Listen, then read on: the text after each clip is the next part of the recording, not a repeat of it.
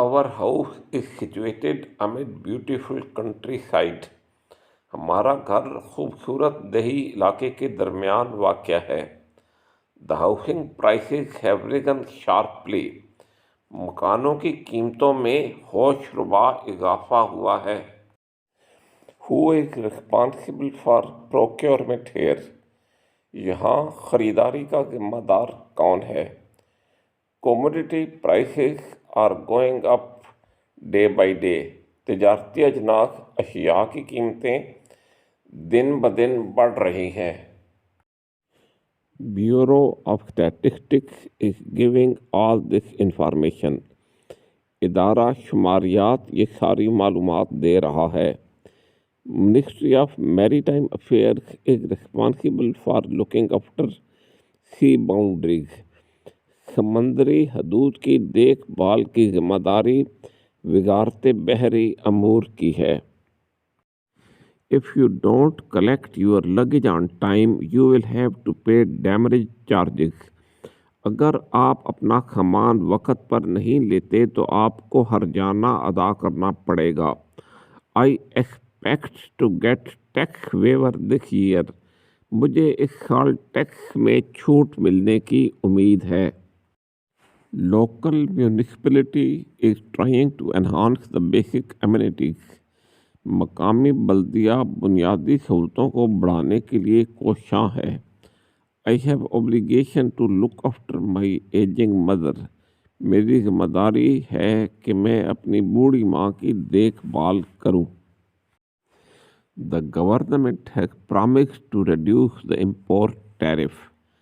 حکومت نے درآمدی ٹیکس کو کم کرنے کا وعدہ کیا ہے. There was a hype that film will be a thriller, but it wasn't so.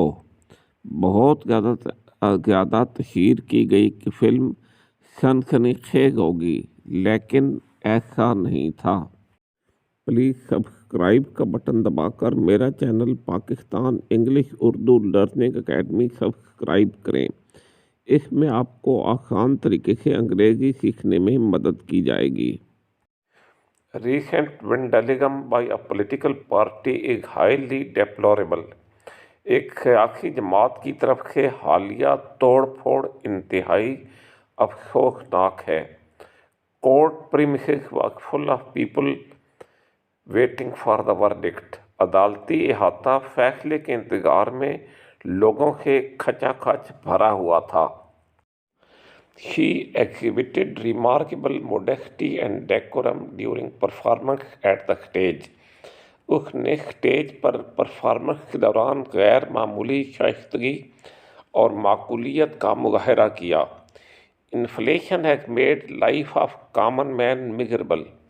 مہنگائی نے عام آدمی کی زندگی اجیرن کر دی ہے.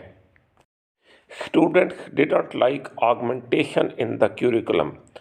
طلباء نے نصاب میں اضافے کو پسند نہیں کیا. In this situation, there are no prospects of getting through the examination. اس صورتحال میں امتحان میں کامیاب ہونے کے کوئی امکانات نہیں ہیں. You must try to come up to the expectations of your parents. آپ کو اپنے والدین کی توقعات پر پورا اترنے کی کوشش کرنی چاہیے. Yesterday I paid last tranche of my bank loan. کل میں نے اپنے بینک قرض کی آخری قسط ادا کر دی. پلیز پریس کا بٹن دبا کر میرا channel Pakistan English Urdu learning academy subscribe کریں. اس میں آپ کو آسان طریقے سے انگریزی سیکھنے میں مدد کی جائے گی. Thank you.